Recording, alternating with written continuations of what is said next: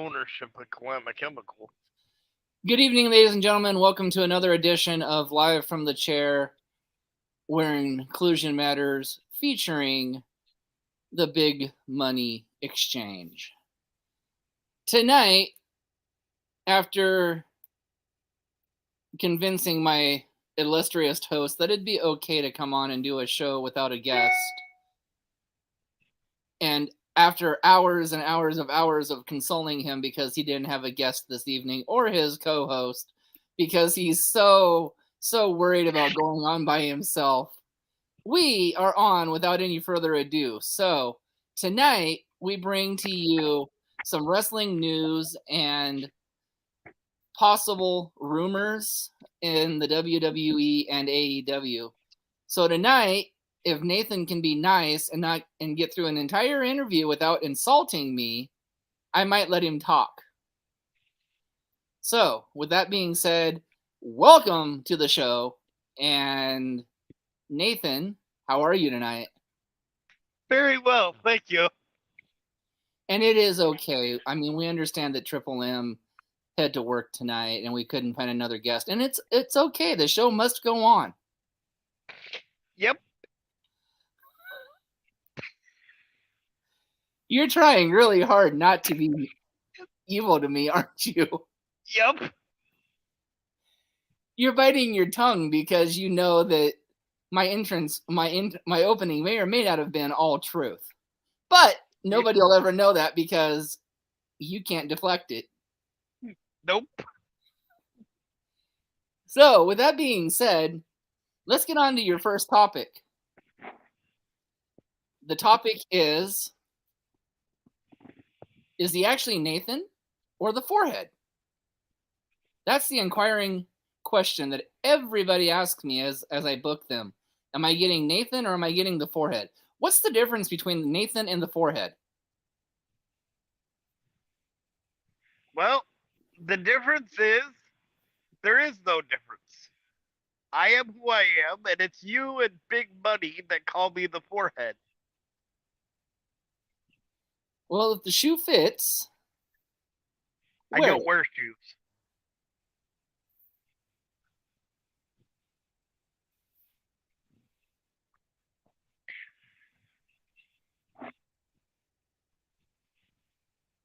So let's talk about Mr. Tony Khan's announcement, or lack thereof. Remember, it's only 7:43 on the West Coast. People on the West Coast have not gotten Dynamite yet. Fair point. We can change the topic. So, we can discuss what may or may not be the rumored major announcement on AEW. And if we agree or disagree with the said major announcement.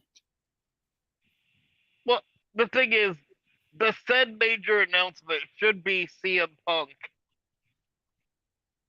being on the first episode of Collision. Now, here's my opinion on that. CM Punk should not be in any promotion right now, and or ever. I understand that he sells tickets, and I understand that in promoters' minds he's still a big name. But there has to be something said about the fact that wherever promotion he's been in, whether it's been Ring of Honor, whether it's been WWE, whether it's been AEW, he's caused some sort of problem. If you look at Ring of Honor, yes, he had a long run there. But he didn't let them know he was leaving till right before he left. Problem. Because then they don't have time to move on to somebody else. You look at WWE, he got his feelings hurt because he wasn't in the main event against Triple H at WrestleMania. He did the pipe bomb. He left. Look at AEW, which was the most confusing one of them all, if you think about it, because he wins the world championship from Jon Moxley. and then for whatever reason decides to go on the media scrum and blast everybody on the roster. Now, how in the world of professional wrestling or the worlds in general are you, what, like 10 months later? What, eight, what is it, 8, 9, 10 months later since that happened at All Out? Well, it seems like they just had an all out. So about a year later. It, if how in the world a year later are you gonna be like, you know what? We're gonna forget about everything you did. We're gonna forget about the fact that you threw almost everybody under the bus that was important in this company, and that half the roster doesn't even want to work with you, to the point where we have to create, even though Tony Khan doesn't want to say it, a a brand split to keep people away from you. But it's still in their mind a good idea to bring him back.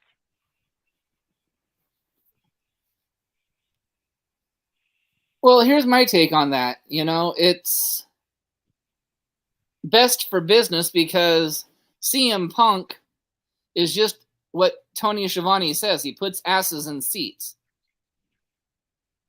If the announcement is true, then I think it's a smart move on Tony Khan's part because he needs something to counter the next topic we're going to discuss, the implosion of the bloodline. You know, how smart is it for Tony Khan to take the first jab and bring in somebody who just has as much electricity as a Roman Reigns?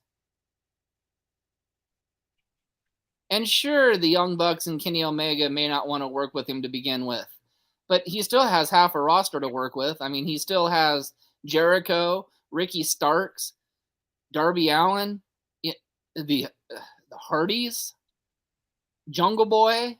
I mean, he's still got a whole list of locker room back there that he could work with. He doesn't need to work with Omega. He doesn't need to work with the Young Bucks.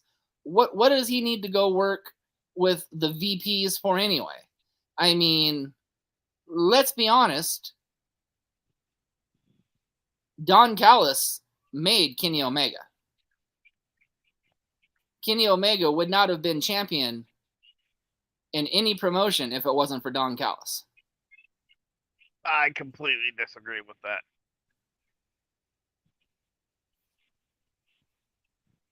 Don Callis helped Kenny Omega become champion, and he made them together made each other better. But Kenny Omega's talent would have made Kenny Omega a champion.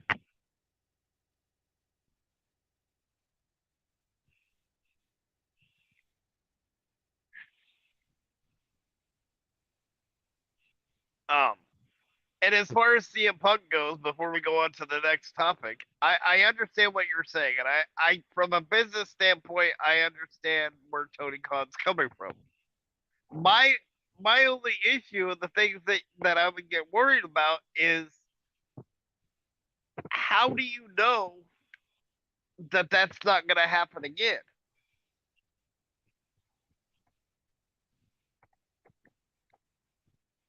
Right? I mean, you're basically putting all this in CM Punk's basket with Collision and this new show that that Warner Meter Warner Brothers Discovery gave you. You're putting all the success of this show on CM Punk.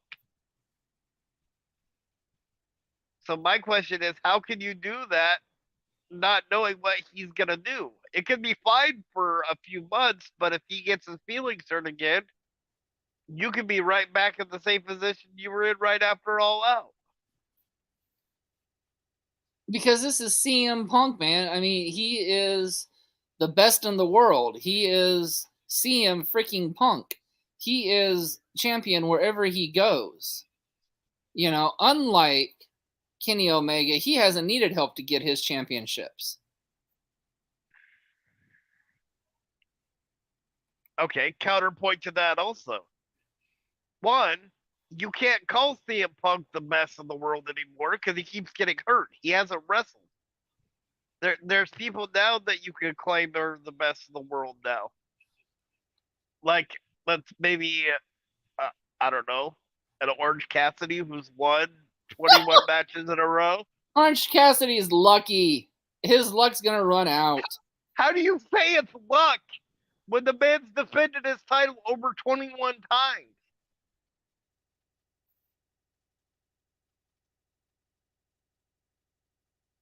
Fine. Okay, I'll go with one of your best. You can even say John Moxley is the best wrestler in the world right now. Possibly. But you can't say that. But I'm not egotistical like everybody else that, I mean, I know what I know. CM Punk, just like Chris Jericho, are the best in the world at what they do. How can you say that when he hasn't done it?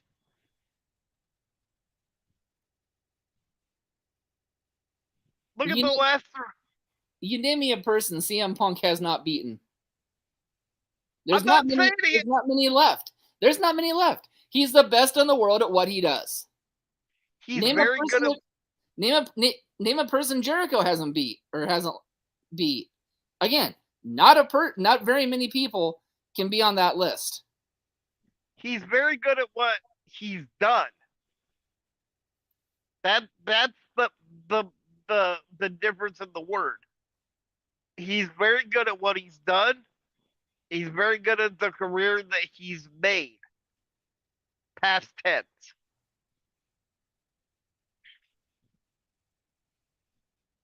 Because A, you can't say he's the best anymore because he hasn't wrestled.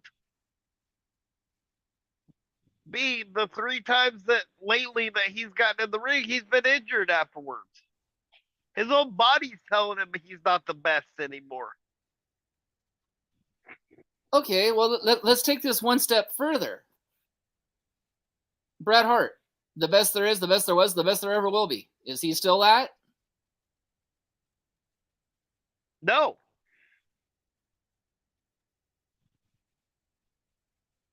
Well, let me rephrase that. Best there ever will be, possibly because of the career he had. And I would put CM Punk in that category only for that. Best there is? No. Because is means present tense. Bret Hart can't wrestle anymore. So he is no longer the best there is. Best there was? Possibly, but that's still a little bit hard to determine.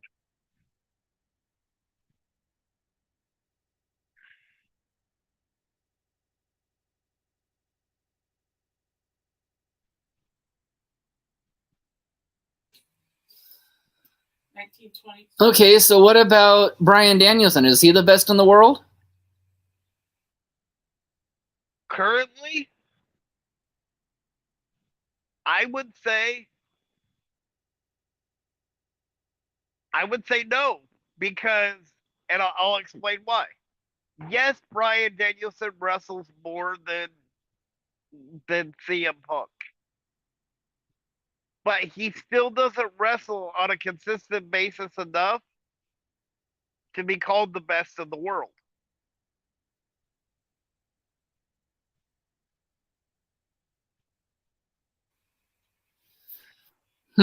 Well, you are sure full of yourself tonight. You call yourself the best podcast host in all of podcasting. Because I am. Are you really? Yes. Where's our guest tonight? Hey, things happen. Where's our backup guest? I mean, if you were really truly the best podcast host of all time, you'd have a backup guest to a backup guest to a backup guest. Yes, and I tried to get a backup guest. And things happen. So, you know, I think Chris Jericho and Renee Paquette and Matt Hardy are the best podcast hosts of all time. Hell, I'd even say Bully Ray is a better podcast host. See, the reason I would put our podcast above theirs is because we do more shows in a week than they do, right? Name me another podcast that does as many shows as we do. Hang on.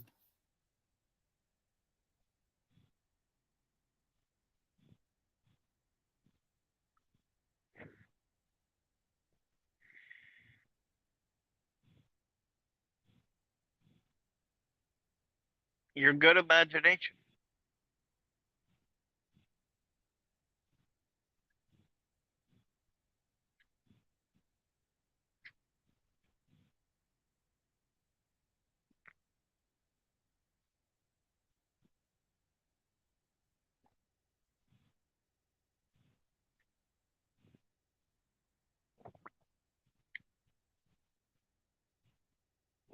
So,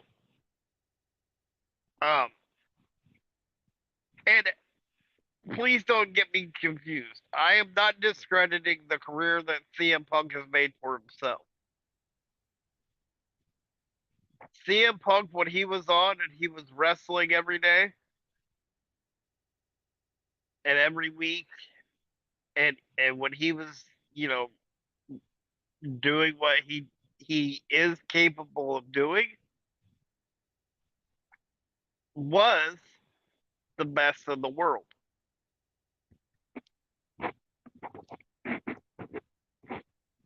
It's just, you can't say that now.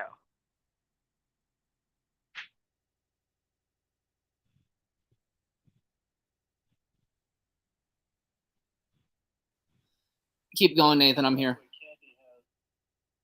And then, so let's talk for a minute about all the interesting things that happened on NXT last night.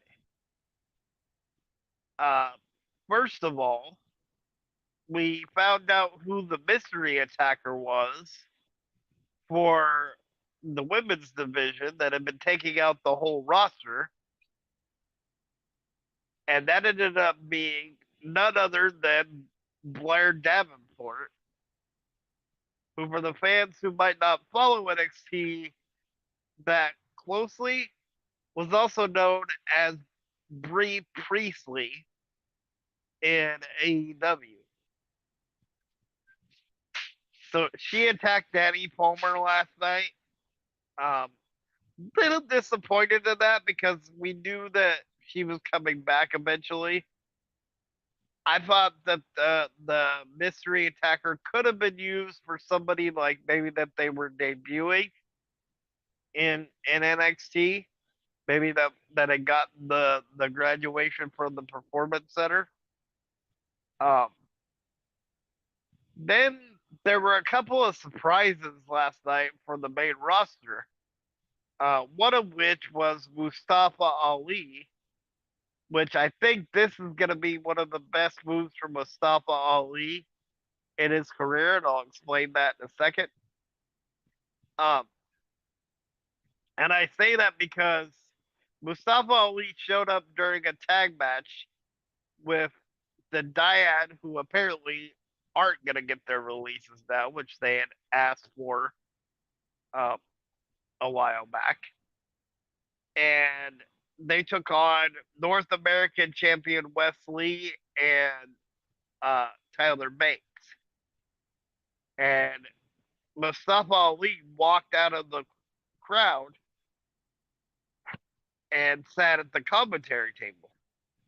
Why they didn't just give him the entrance and do the shock and awe that way, I don't know. It's kind of a little bit weird because I've never really seen somebody come through the crowd and then just go to the commentary table.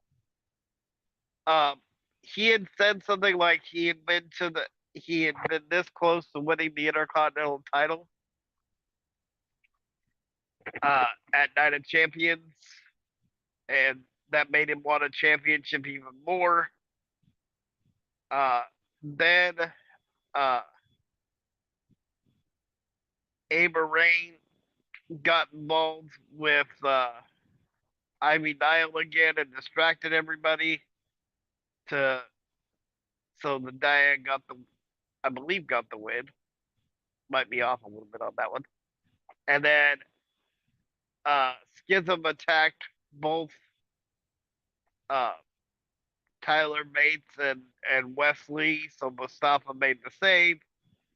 So which is a little confusing because I think Wesley needs somebody he can be in a rivalry with, and I think he keeps getting in these matches with like friends of his, like like he had at Battleground with Tyler Bates, and now apparently him and Mustafa Ali are supposed to have like this mutual respect thing going. Um, so it'll be interesting to see where that goes. But I think it'll be a good move for Mustafa Ali because I think there's a lot of talent down in NXT that he can have like some of the matches that he used to have when the cruiserweight championship was around. Uh, so like guys like Dragon Lee, guys like Axiom, Noam Dar. Like I wouldn't mind seeing um, Mustafa Ali against Noam Dar for the Heritage Cup. Uh, but that's just kind of where I would go with that. Um, because again, I think Wesley needs somebody that can be the ultra heel, and even though they keep trying to um, push Ali to that point, he he doesn't really work well as a heel with me. It's more, I mean, yeah, he doesn't work well as a heel. He works better as a face. Um, I mean, just look at Retribution. Uh,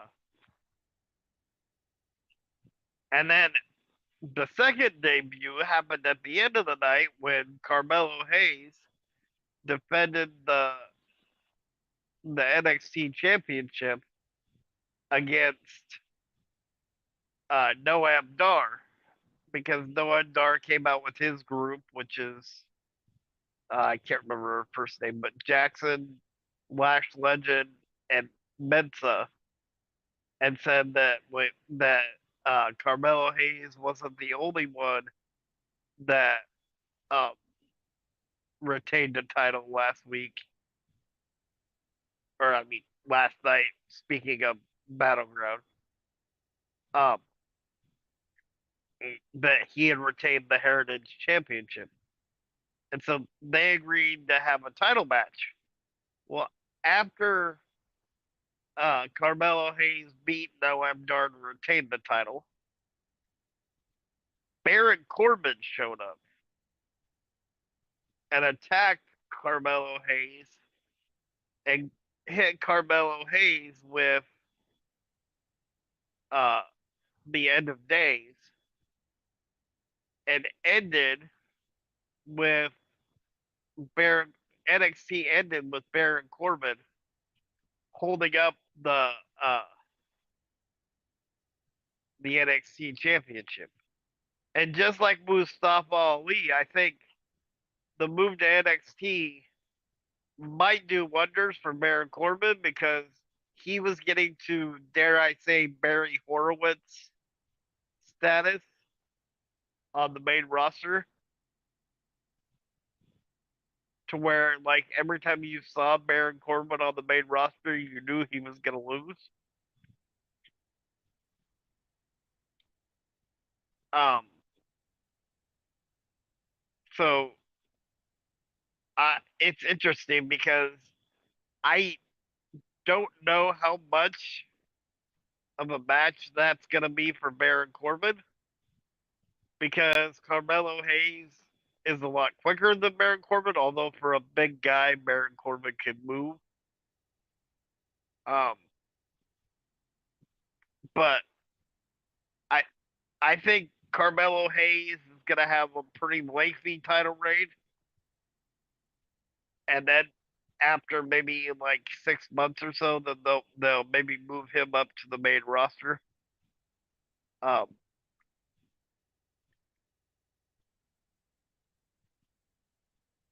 and then uh,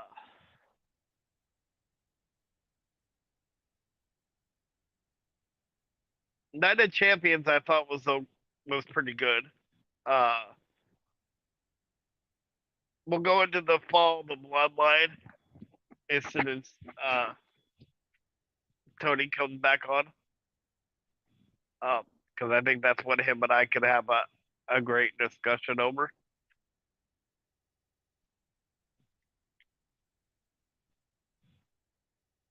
But I thought the crowd, and I say this only this way, I thought the crowd for Night of Champions, in comparison to the crowds that um that it had been at the Saudi Arabia shows in the past, had been like massive crowds, almost like WWE or WrestleMania, style crowds. I thought this one at times was a little bit flat. Um, I don't know exactly why, but it just seemed like they weren't as into the matches as they had been for the other Saudi shows. Um, I am kind of happy, and I know this is going to be against what a lot of people think, that Asuka won uh, the women's championship because, and this isn't anything against uh, Bianca Belair, but I think one, I think Bianca had pretty much beaten everybody on the roster, so I think you needed somebody new in there, even though Asuka's been around for a while. Um, so I think that was a good thing, and I love the fact that she's going back to her Japan character, the Kana character, and that she keeps going like deeper and deeper into that. And the fact that she pulled out like an old great Buddha trick by spraying the mist on her hand was kind of an awesome spot. Um, I I'm a little weird. I'm a little interested in the fact that they still haven't switched the Raw and SmackDown championships, considering that Oscar's on Raw and Rhea Ripley. I mean, the yeah, the Oscar's on SmackDown and Rhea Ripley's on Raw, and now they have each other like what's supposed to be their brand championship. Um, and the Money in the Bank qualifying matches for Friday, just to get on a different topic really quick, were were a little bit weird to me considering um where's Lacey Evans been? Like Lacey Evans hasn't wrestled for months, but now you're gonna give her a chance to be in the Money in the Bank ladder match?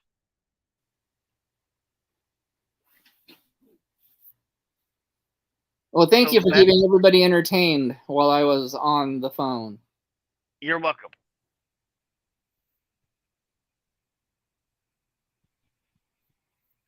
Um, so let's get to the fall of the bloodline.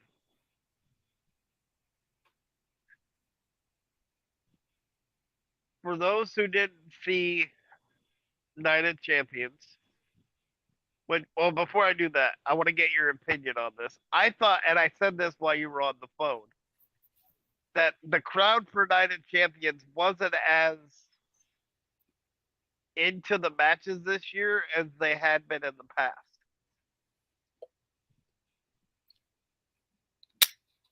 I think it was due to lack of talent and lack of um, star power. You know, Yeah, I can see that. I mean, in the years past, you've had like Goldberg and they brought in some of the the bigger names. I think the biggest pop, if I remember right, was Sami Zayn and he's never during. been to Saudi before. Yeah. Yeah. Um.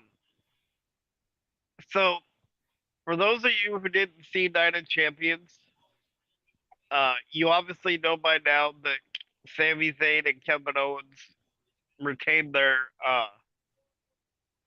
tag titles, but the reason they retained those tag titles was because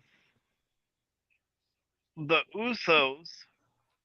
Uh, Well, let's be perfectly clear. It wasn't the Usos. mhm, It was Jimmy. well, true. Okay, so I stand corrected. Jimmy uh, turned on Roman Reigns because he got tired of Roman pushing him around, and he actually super kicked Roman, which helped Kevin Owens and Sami Zayn win.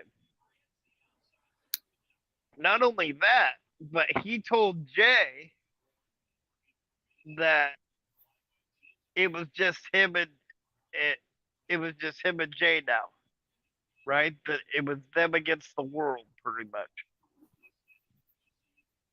And then uh, Jimmy kicked him again after the match was over.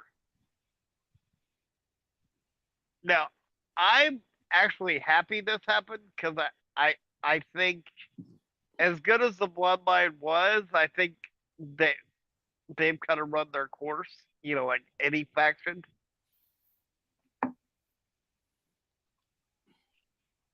I think the in every faction, there's one person that like gets skyrocketed because of their association with the faction. And thank you to the one viewer who's watching tonight. We really appreciate it. Um, and to me, I apologize. The two viewers that are watching tonight. Uh, to me, the uh, the one that's gonna be skyrocketed is Solo Sokoa.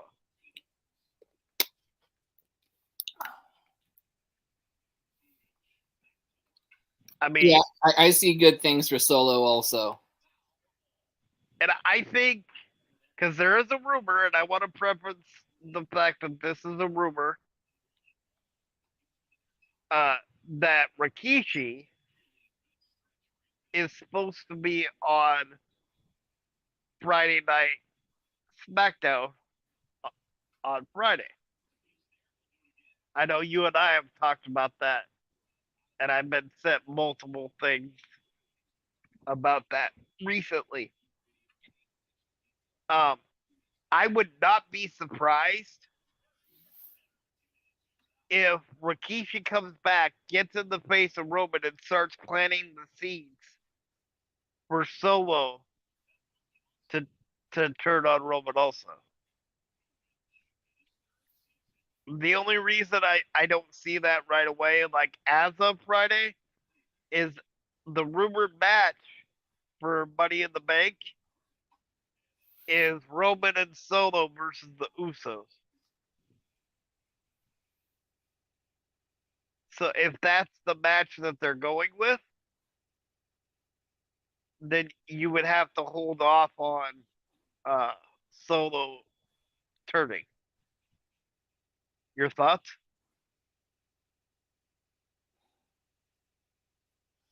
Um, yeah, I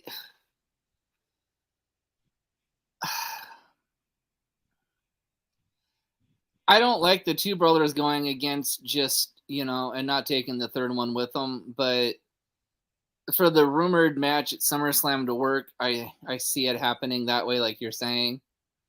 You mean And Money in the Bank? for yeah, is it Money in the Bank that it's supposed to be Jimmy versus Roman? No, Money in the Bank's supposed to be in the tag match. Oh yeah. And then okay, yeah, the rumored And tag again, match, yeah. yeah.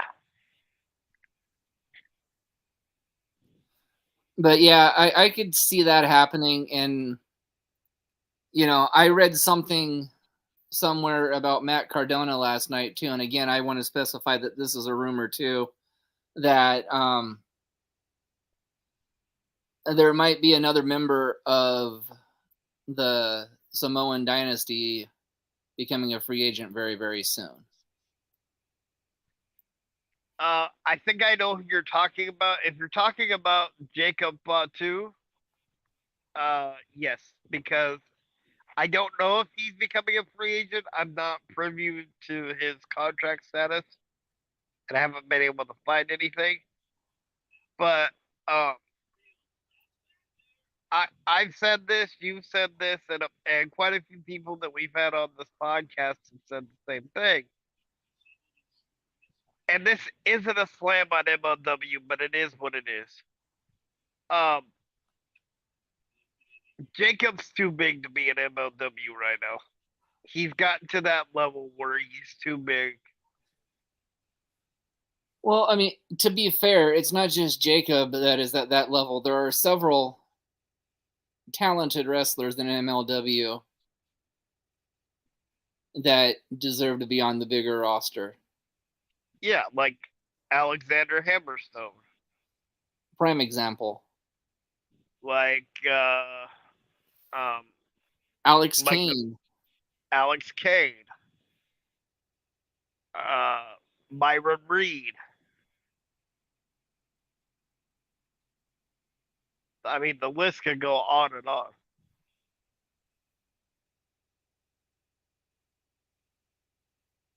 Um, and for those of you who are wondering, because I like to do this when I'm not on the podcast, so I might as well do it on the podcast. Here's how I would do the turn of Solo Sokoa. If you guys remember back to when, like, right after Solo debuted, Paul Heyman said that the elders sent Solo. He never said that they sent him for Roman.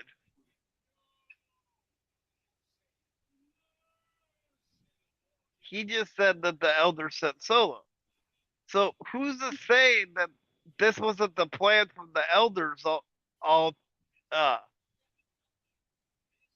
actually I should preface to say that there is no factual basis on what I'm saying. This is just purely my opinion. Um, but who's to say that this wasn't the plan from the elders uh from the beginning? Was to have Solo go in, gain Roman's trust, get Roman to drop his guard down as far as Solo's concerned, and then have Solo turn on Roman and be revealed as the true like head of the table that the elders set to WWE.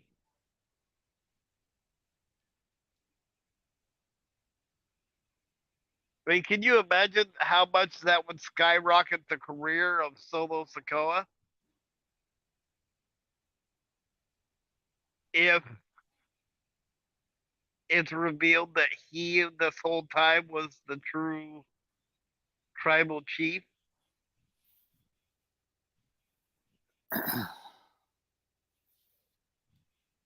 Your thoughts? Um,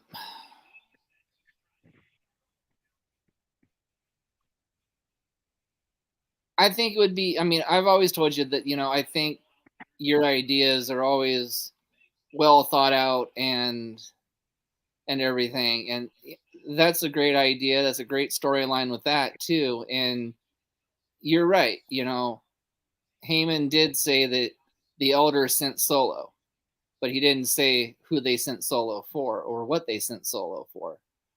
So hopefully, if this rumor happens on Friday, we learn more.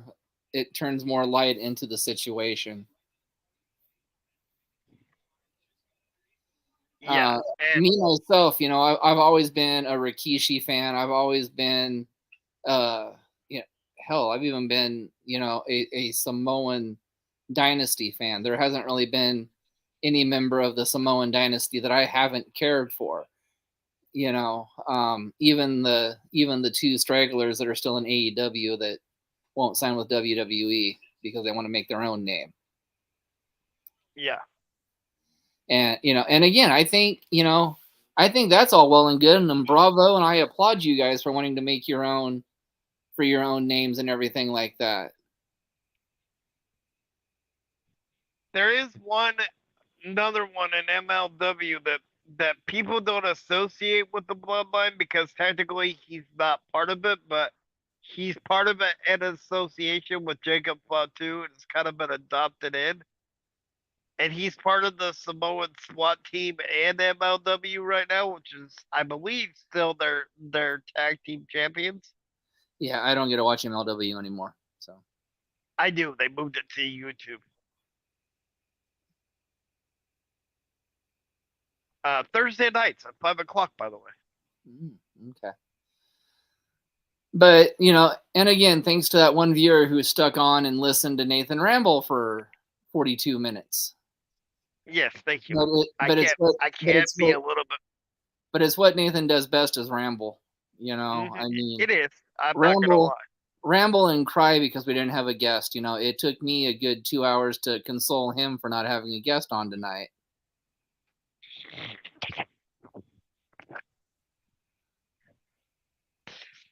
Moving on. Oh, what's the matter? Cat got your tongue? Trying so hard. Um, the person I was talking about was Juicy Finau.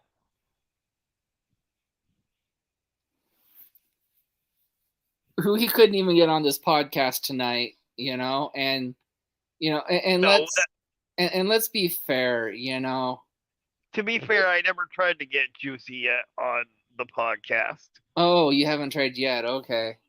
Because he's in MLW, and I don't know how I would have to fight through the red tape of Court Bauer to get. No, yeah, that's true.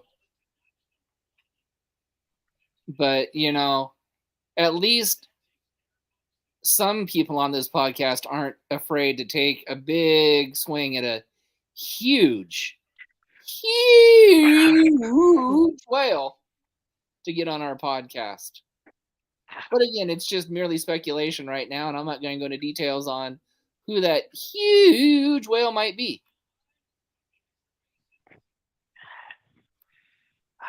Well, I'm going to be okay.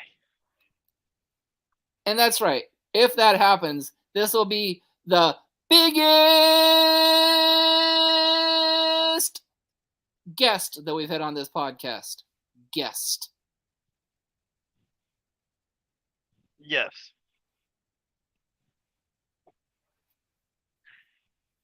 So I'm going to flip this on to you a little bit and ask you a question that we ask a lot of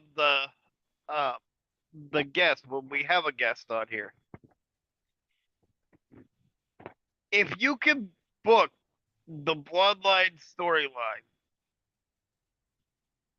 and the perfect way that you would have it in, because we heard how I would do it, how would you do it?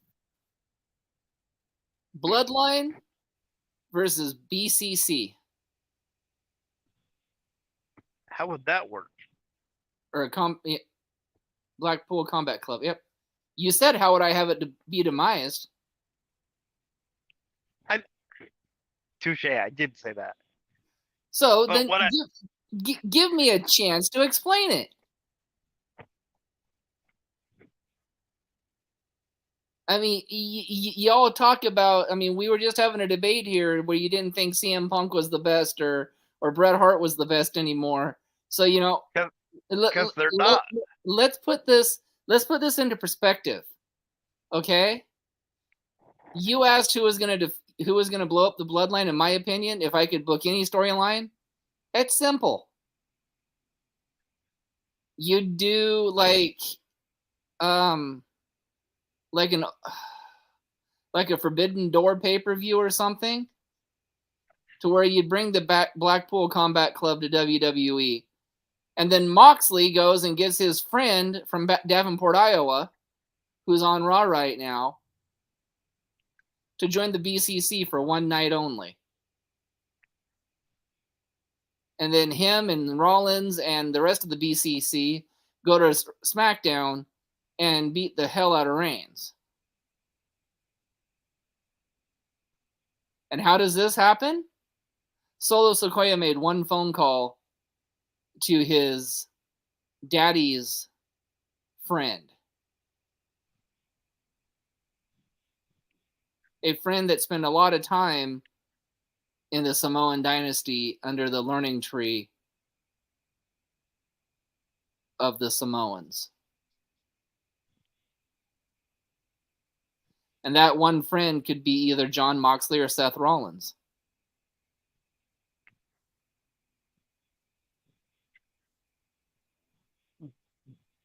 That would be a very intriguing story, but the only question I would have with that would be, for that story to work, wouldn't Jon Moxley want to be willing to go back even for one night to WWE?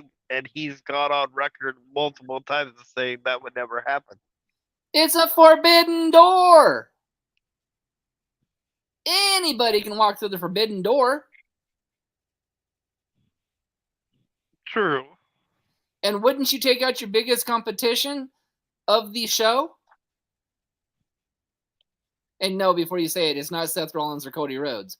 We all know who the biggest competition is to AEW, and that's Roman Reigns. Yeah. So how better is it for him to come back to WWE and take out the cancer of the WWE? I mean, you're right. That would be an amazing story. And the only thing I think that, besides the Moxley thing that I brought up, that the only other thing that I think might cause it to be a problem is the fact that Vince McMahon doesn't play well with others. And to do a forbidden door, everybody would have to be in agreement on what they were doing.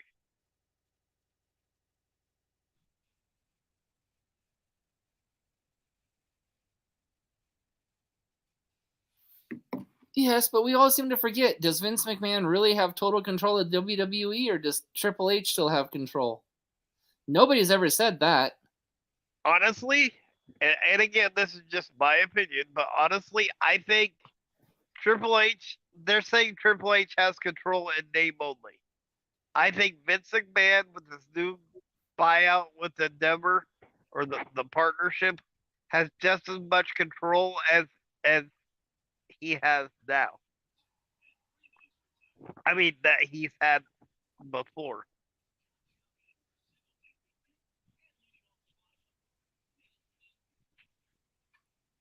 I think Triple H gives maybe a little bit more impact now than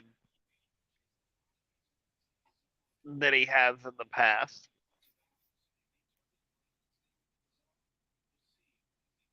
But then again, that could be because they have to keep up the facade that Triple H is in charge.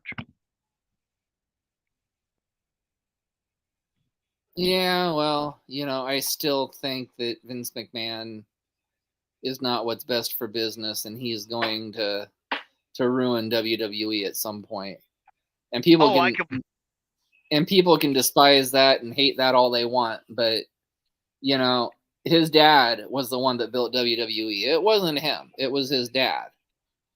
Yep. Yeah, and technically Vince McMahon wasn't even supposed to have the company. Nope. It was supposed to be Linda.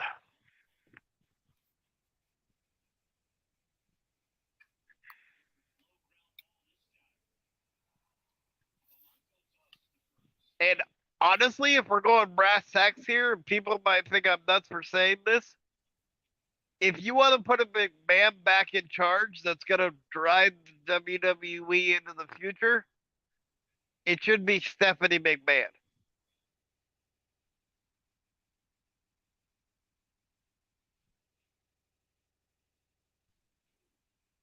I mean, yes, some people might say Shane, but I think Shane's too much like Vince.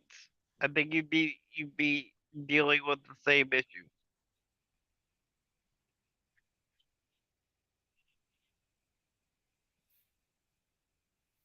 So I think if you wanted to keep it in the McMahon family, like the immediate family, because I know people are going to say, well, Triple H is family. But if you were going to give it to one of Vince's kids, I think Stephanie would be the best choice.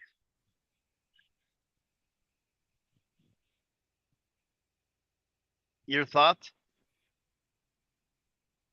Well, of the kids, Stephanie would be the best choice, yes, because then it would just ideally fall back into Hunter's hands. But, you know, Shane O'Mac wasn't bad. I mean, yeah, he got a little bit butthurt and gung ho when he wanted to book that entire Royal Rumble wrong a couple of years ago and pissed his daddy off and actually fired him until last WrestleMania when he showed back up again And blew out his quad. and blew out his quad.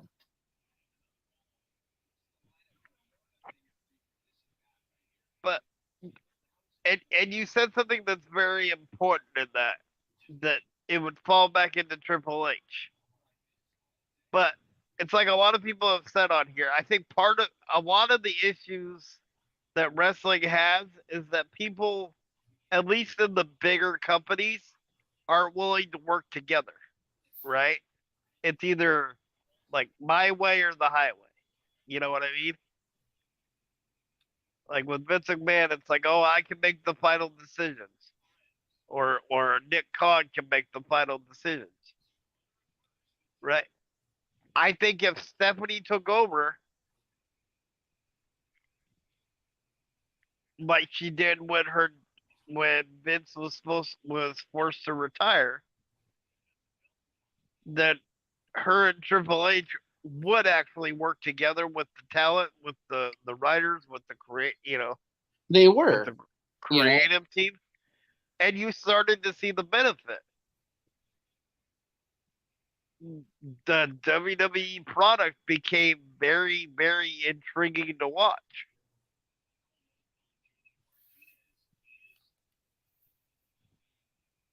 And if you want an idea of what it's like if it comes out and it is what I think it is, and again, it's just my opinion, that Vince is back in charge. Look at the post WrestleMania Raw,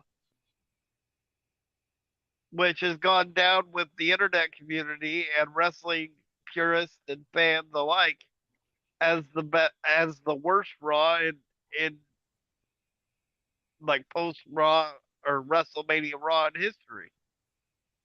mm-hmm.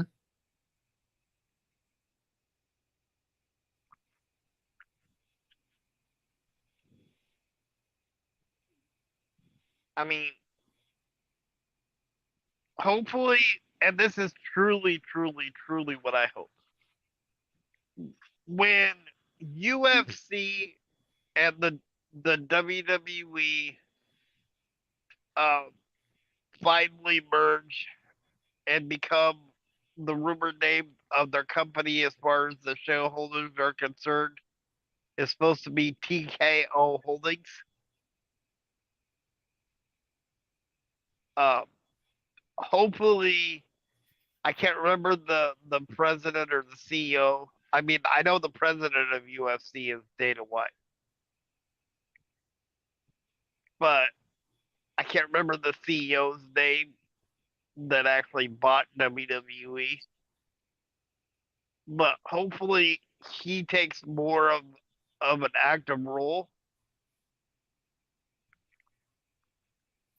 You know, and Mm-hmm. maybe put some people in the position Right. that'll bring the WWE back to what it was when it was the when in its heyday.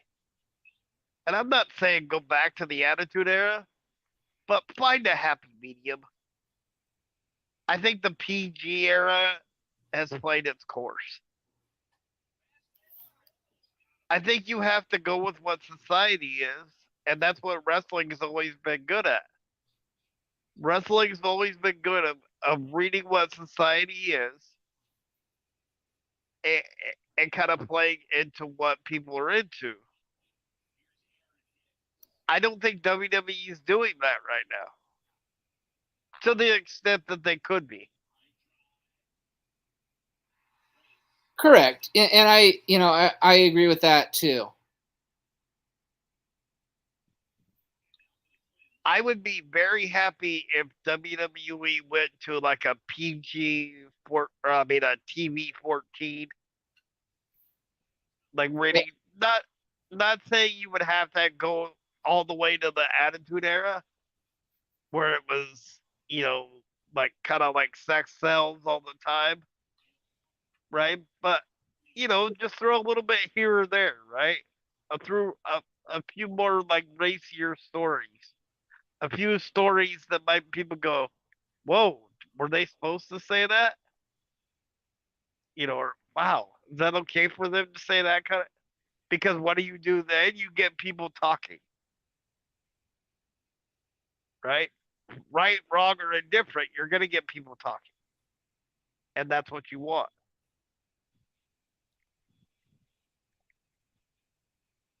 And I don't think people do that as much as they used to with WWE. Right.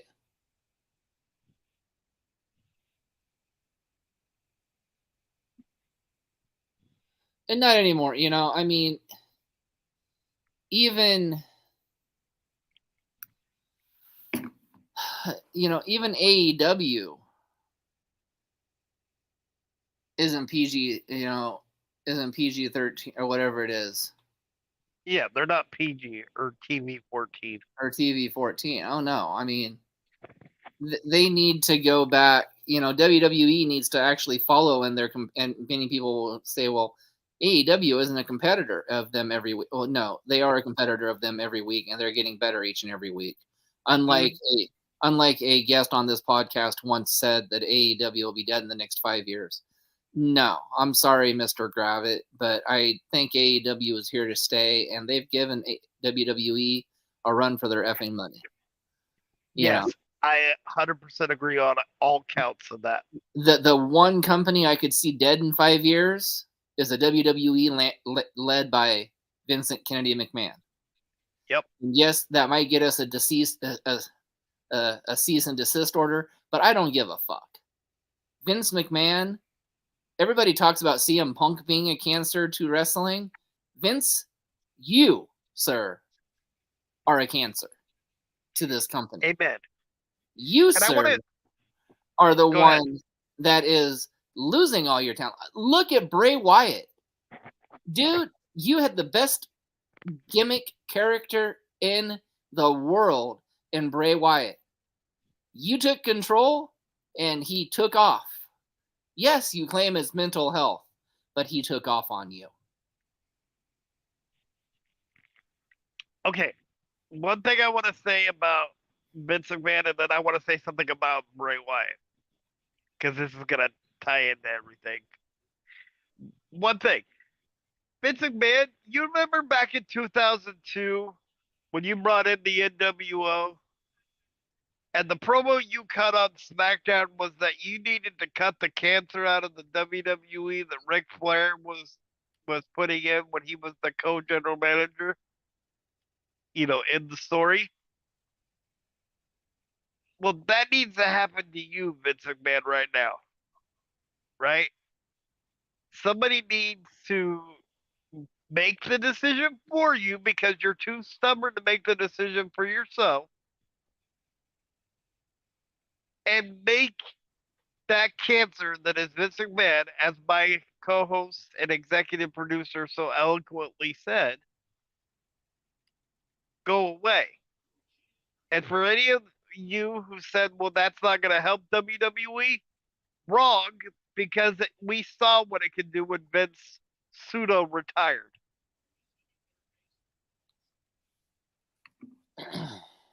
Now, let me talk about Bray Wyatt for a second.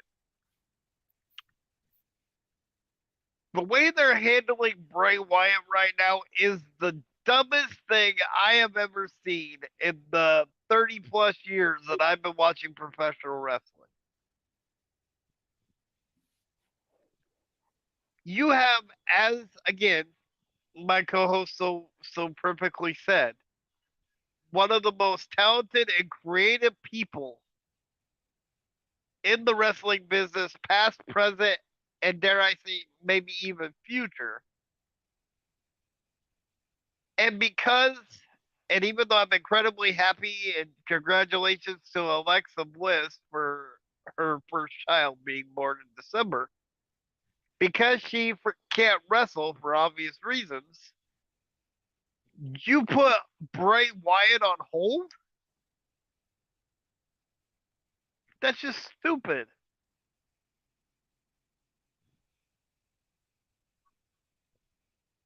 And not even Bray Wyatt. You re-signed Bo Dallas as Uncle Howdy.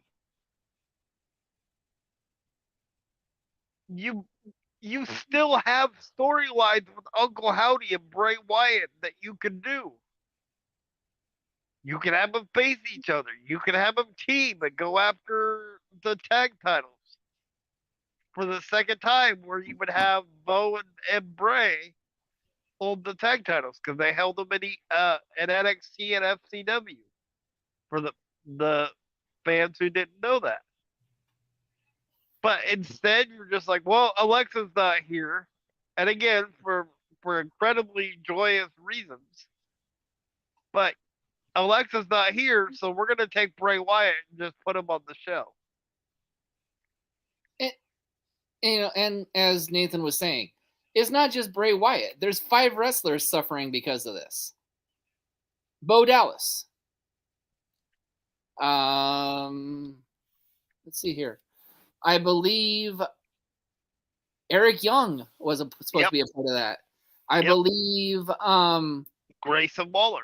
Grayson Waller, well, although he's in SmackDown, but Grayson Waller was rumored to be a part of that. But he would have been called up sooner if. Wasn't Vincent supposed to be part of that too? Yep, Vincent and Dutch. And where did better yet, where the hell's EY? Yeah, the only thing they've done with EY since he got killed, I can't do air quotes, otherwise I would have, killed on Impact Wrestling, which was very well done, by the way. The only thing you've heard from Eric Young was he was the voice out of the television one time on the Firefly Funhouse when they were building up to the match that didn't happen between Bray Wyatt and Bobby Lashley. So again, that's a good point. You have a talent like Eric Young, who's done everything in this business. The man even played a superhero, for God's sake. And you're doing nothing with him. If you don't have something to do. I'll give you something right now. Reform Sanity. Give Nikki Cross something to do. Put her back with EY. You know, bring in like maybe I don't know Zion Quinn from from NXT and make him kind of like snap because he had this high opinion of what his character was gonna be, and it didn't happen, so he kind of snapped, and he's being manipulated by Eric Young. The options are limitless, but you're just sitting on your hands and doing nothing.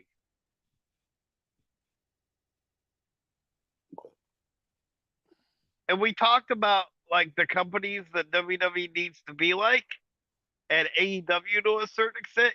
The company, like a race, like the horse in a horse race, that horse that kind of comes around that as they're coming around the bend really quick to make it a real race before they cross the line. Mm-hmm. The company that started to do that lately, because they've started doing edgier stuff, is Impact Wrestling. Impact Wrestling. I knew you were going to go there. I mean, Impact Wrestling, for those of you who don't have the YouTube subscription and don't watch it every day, which I would highly recommend because just to watch their TV show, it's literally $1 a month if you don't have the cable channel to watch it, or if you want to watch it on YouTube and there's no commercials. Um, they're doing awesome stuff. I mean, their women's division is arguably the best women's division in wrestling. And yes, I would put them against AEW, even though AEW's got a bigger one. And I mean that purely on talent. If you look at the women's division talent over on Impact. But look at what Steve Backlund, who, gee, was a throwaway from, or dare I say, be kind of cheesy and say a forgotten son from WWE. He's their world champion. He's doing like hardcore stuff over there.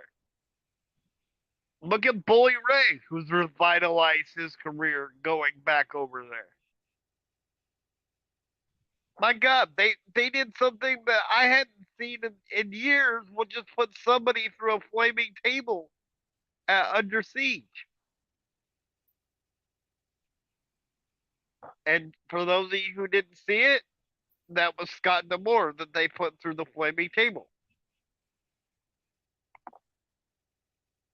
My God, they even had uh uh Matthew Ringwald, Aiden English for when he was in WWE. Get the crap beat out of him. The and that's the company that people should be watching out for, in my opinion. It all depends on who they put back in the authority figure while D'Amore's gone. It's Santino. Again? Yeah. Although he's probably going to want to get revenge on Dirty Dago. Oh, well, yeah, that's true.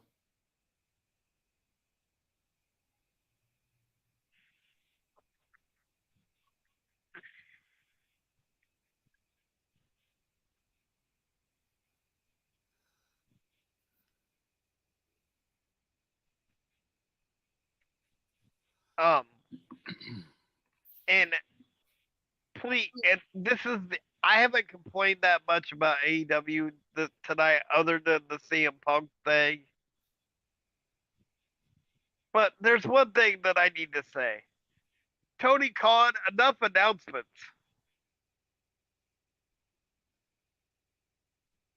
Somebody said something on a podcast I listened to this afternoon that made perfect sense to me, which was if you do an announcement every day, every week, the announcement stops being interesting.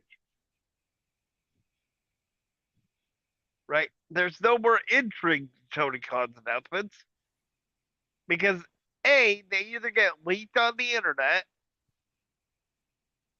or it's an announcement to make an announcement.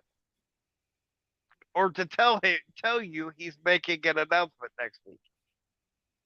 Which, by the way, I'm gonna go on record right now as saying that was one of the dumbest things I've ever seen. And it has started for you, hasn't it? Yes. Have they got past the announcement? Yes. Okay. Then, ladies and gentlemen, now I can actually say the official announcement that Tony Khan just made on Impact or on AEW tonight was stupid. Because everybody knew that this announcement was coming. This announcement was supposed to be the first announcement that he made for Collision. But instead, because there were still things being worked out with his contract and Ace Steel's contract and all that good shit, they couldn't say that CM Punk was going to be at Collision. Everybody knew fucking Collision was CM Punk's show. Hell, Everybody knew it. Even the guy from Warner Brothers Discovery ruined it at the reveal thing. So why would you make your first announcement saying, we're bringing you AEW Collision? Oh, big deal. Surprise! We all knew. The second one was the dates. We all knew when you said the first one wasn't revealed yet.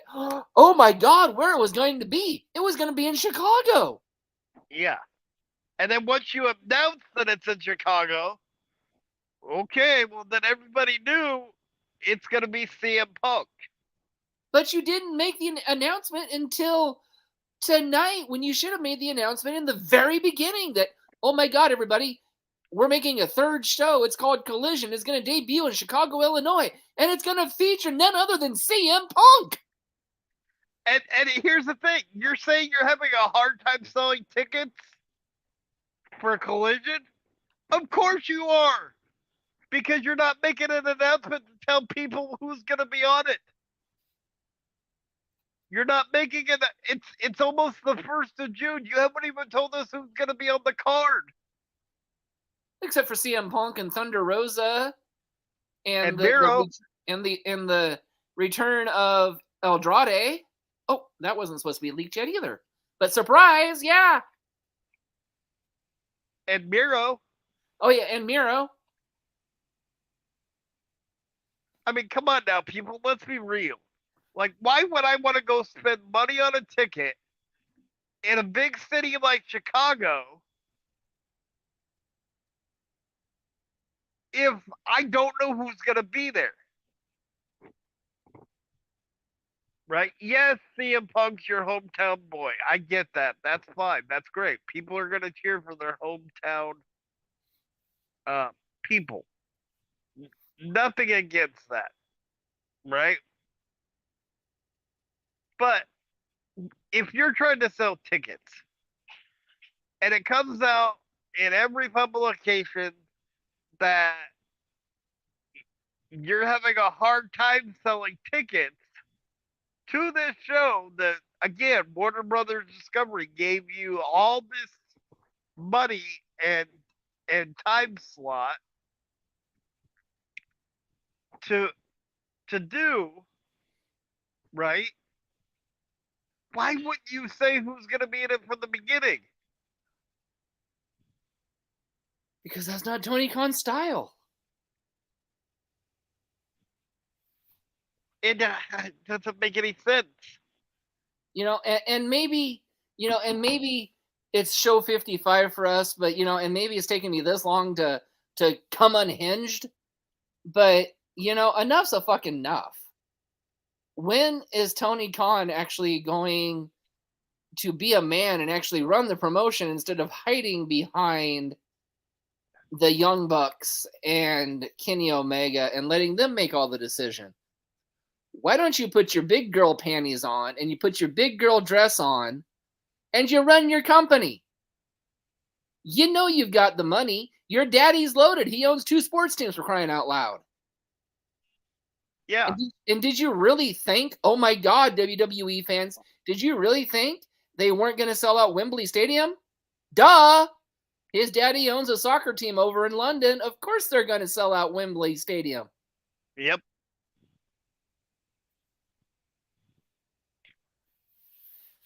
This is the most fired up I think I've been on a podcast, man. I'm on a roll. And here's the other point. And please don't take this the wrong way. Tony and I are both big fans of AEW. In fact, I actually like AEW over WWE in a lot of ways. But you can't, there's something called Mon- uh, Monday night quarterbacking or you know what I mean, where somebody just sits back and lets everybody else run the company, like you just said. Yeah. Hang on a second. Hello.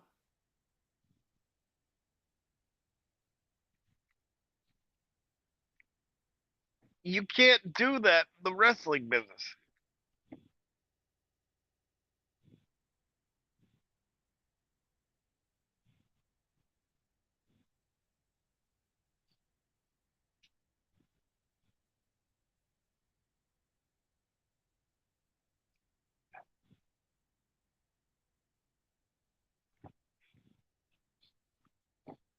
I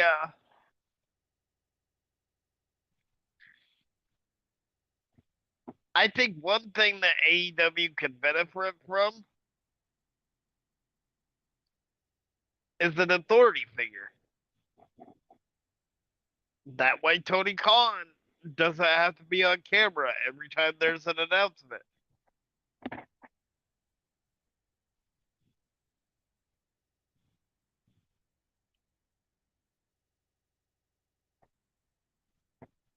Now, I don't know who that could be, although just I'll be right back. okay, just spitballing some ideas. Maybe Taz, maybe Jerry Lynn,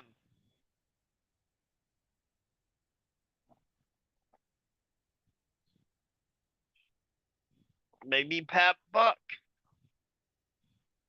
My point is, you need somebody that when there's an announcement or when there's a press conference or when there's anything that can happen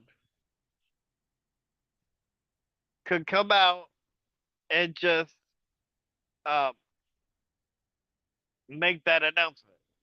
What's that accomplish? It accomplishes two things. One, it doesn't put Tony Khan in front of the camera, which I believe he had said he didn't want to do anyway, which all of a sudden now he's doing all the time. And two,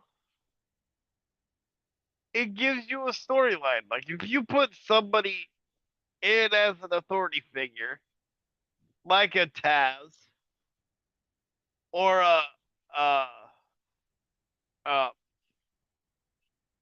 or somebody like or a Jerry Lynn, or somebody like that, right? Then it gives you so many more options of what you could do storyline wise. Because if you have a former wrestler who's retired for a while, if you're thinking of Taz and Jerry Lynn, and you have them be your authority figure, i.e., Impact and Santino, you can have somebody attack the authority figure if they didn't like what they said. Because, yes, the authority figure um, might be a retired superstar, but they can still take a bump. You know what I mean? Or vice versa. If it's Taz and somebody mouths off to him, right? You could still have um he could Taz could still put somebody in the Taz mission and snap.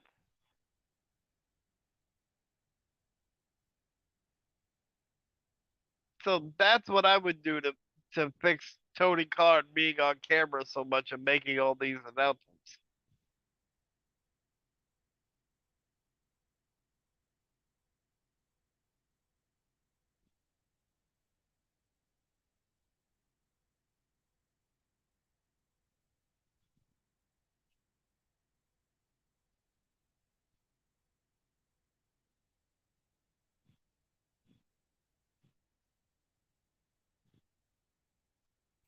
So I haven't even been driving with it on my ring. So, as I was saying, you know,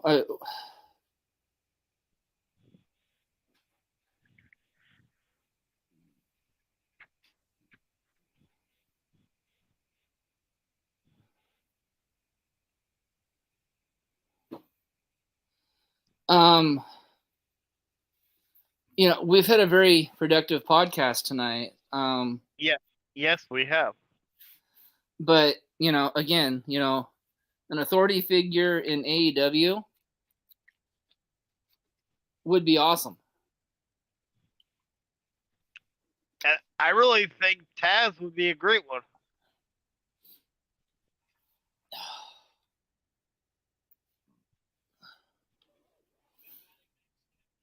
I agree.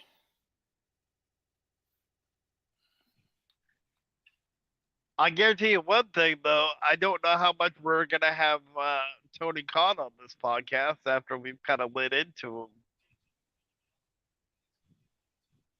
But again, this is just our opinions, ladies and gentlemen.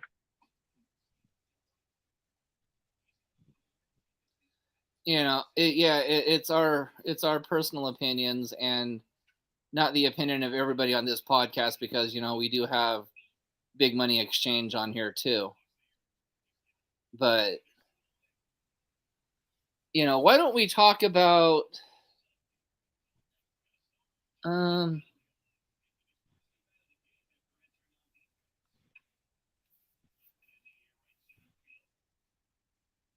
why don't we talk about our June? Oh my God, ladies and gentlemen, I said June. It's June tomorrow. The best month of all. I think I differ with you there, because I think Alexa Bliss is having a baby in the best month of all. Well, no, see, June has to be the best month because one of the best people in the world was born on that in that month. Bill Reed? Yeah, I know, he's awesome. I wasn't talking about Bill. Well, I heard somebody's going to get eaten for his birthday, though. But let's go a little bit deeper here. So tomorrow night we have a very special interview, and yes, ladies and gentlemen, we'll actually have a guest on tomorrow. Yes. Again, nothing against our guest for tonight. We do understand that things happen. Oh yes, we totally understand that. But as far as that goes, it just seems like the guests that I book always show up. Just saying. But moving on. So Thursday, tomorrow, June 1st, we have Cesar Castro. June 2nd, we have 2 interviews for you, ladies and gentlemen. That's right, 2 interviews. One of them was a rescheduled show of mine that had to reschedule because he was working. And the other one actually confirmed with me 3 days before the show. And I still touched base with him today just to make sure he was still coming on the 2nd. So at 5 p.m. on Friday the 2nd, hopefully I'll be in my condominium by then, because I will be traveling this weekend. You have Slick Tyson Stone, who is a tag team partner with Justin Big Guns Andrews. So that should be a very interesting interview on Friday night. I'm looking forward to that one. And then at 7 o'clock, we have Kobe Smith. And were you trying to say something there, Forehead? No? Good. I'll move on. Yes, I was trying to say This something. Saturday the 3rd, we have a Gary Damron. Now, he hasn't confirmed yet, and hopefully he will. But I'll have my host try to reach out to him for contact. Better yet, I better reach out for him for contact, because if the host does, we might not have a show. And then Sunday the 4th, as I'm traveling back from Bend, that's right, ladies and gentlemen, I'll probably be driving back at the time that we have this wrestler, and it's the LTZ wrestler at 2 p.m. Followed that night, yes, that's right, there's 2 interviews on Friday and there's 2 interviews on Sunday. You're welcome. Mr. Dean Shore at 6 p.m. Now again, Mr. Forehead, did you want to say something? No. Yes, I did. Moving forward, on Monday Yes, the 5th, I want to say something. You're not going to come. So, first of all, earlier today, I will not name names because it's not confirmed yet, but I'm working on it. I contacted somebody that you haven't even had a chance to even contact yet, but have been pining over for the last like 4 or 5 months. I've contacted the same person. I just haven't asked him to. I haven't begged him to be on our podcast. I asked the I'm man. not talking about him. I asked the man that one time. I'm not talking about him. I'm talking about her. Oh, well. Her and I didn't see eye to eye, I guess, but luckily, you might get lucky and get her. She hasn't confirmed yet, so we'll wait and see.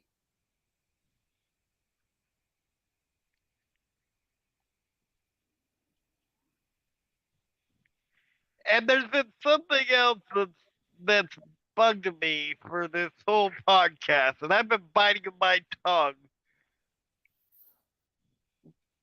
But I can't bite it no more.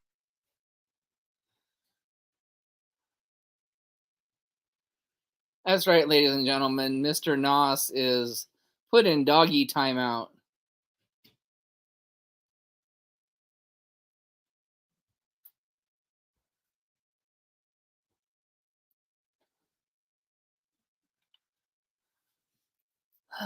But anyways, so it's been a wonderful show. We'll see you next time. We'll see you tomorrow. Peace out.